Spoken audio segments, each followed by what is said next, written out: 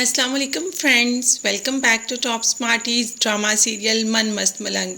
माई जी के कहने पर मीना अच्छी खासी बातें सुनाई रिया को और ये तक कह दिया कि कबीर की शादी मुझसे होने वाली है। भले वो तुमसे मोहब्बत करता है मगर मुझे इससे कोई फ़र्क नहीं पड़ता।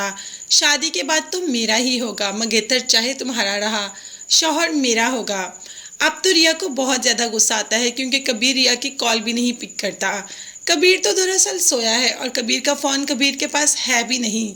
रिया पहुंच जाती है कबीर के घर मगर माई जी रास्ते में ही रोक लेती है और कह देती है कि कबीर तुमसे मिलना नहीं चाहता और अगर तुमने ज़्यादा किया कि मुझे कबीर से मिलना है तो तुम तो कबीर के कमरे में जाओगी, पीछे से तुम्हारे भाई को बुला के तुम्हें बदनाम भी कर दूंगी और हाँ, तुम्हारी शादी कभी भी कबीर से नहीं होने दूंगी। बस ये बात तुम जहन में रखना। और रिया अपनी इज्जत की खातिर वहाँ से आ जाती है क्योंकि वो जानती है कि माई जी अगर ऐसा कह रही हैं तो वो ऐसा करके भी दिखा देंगी।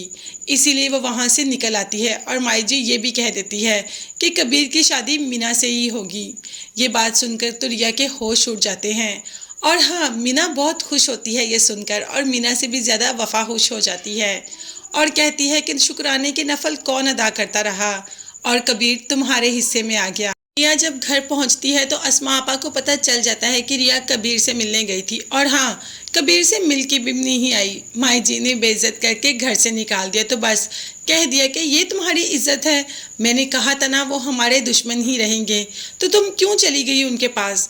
अब जैसे ही रिया ने कोई बात करनी चाहिए कि मैं उससे मोहब्बत करती हूँ तो एक ज़ोरदार थप्पड़ रिया के मुंह पर मार दिया और कह दिया कि मेरी नज़रों से दूर हो जाओ। दूसरी तरफ जैसे ही कबीर को होश आता है सबसे पहले रिया को कॉल मिलाता है मगर अब रिया कबीर की कोई भी बात सुनने को तैयार नहीं। जब उसने इतनी कॉल्स की तो कबीर ने तो कोई कॉल अटेंड ही नहीं की, बल्कि कबीर तो सो रहा था मगर रिया इस बात से तो वाकिफ नहीं। तो खैर दूसरे दिन कबीर रिया के कॉलेज आ जाता है और रिया अब तो कह देती है कि मुझे छुप छुप कर कुछ भी नहीं करना, ना तुमसे बात करनी है, ना तुमसे मिलना है और ना तुमसे पढ़ना है। अब जो भी होगा सबके सामने होगा। अगर तुम मुझसे मोहब्बत करते हो तो मेरे घर आओ, मेरे भाई से मेरा रिश्ता मांगो और मुझे अपनी दुल्हन बनाकर ले जाओ। तो बस कबीर भी ठान लेता है कि अब तो तुम्हारे घर आकर तुम्हारा हाथ मांगूंगा। और अस्मा जो कि रिया को लेने आई होती है वो तो कबीर को फिर देखते रह जाती है और रिया से आकर कह देती है कि अगर कबीर हमारे घर आएगा तो पिछली बार तो मेरा निशाना चूक गया मगर हाँ, इस बार मेरा निशाना नहीं चुकेगा और उसको मार के मैं खुद मरने के लिए भी तैयार हूँ क्योंकि उसने मेरे बाप को मारा, इसीलिए मैं उसको कभी भी माफ़ नहीं करूँगी। अब अस्मा के दिल से तो ये सारे ख्याल जा ही नहीं रहे।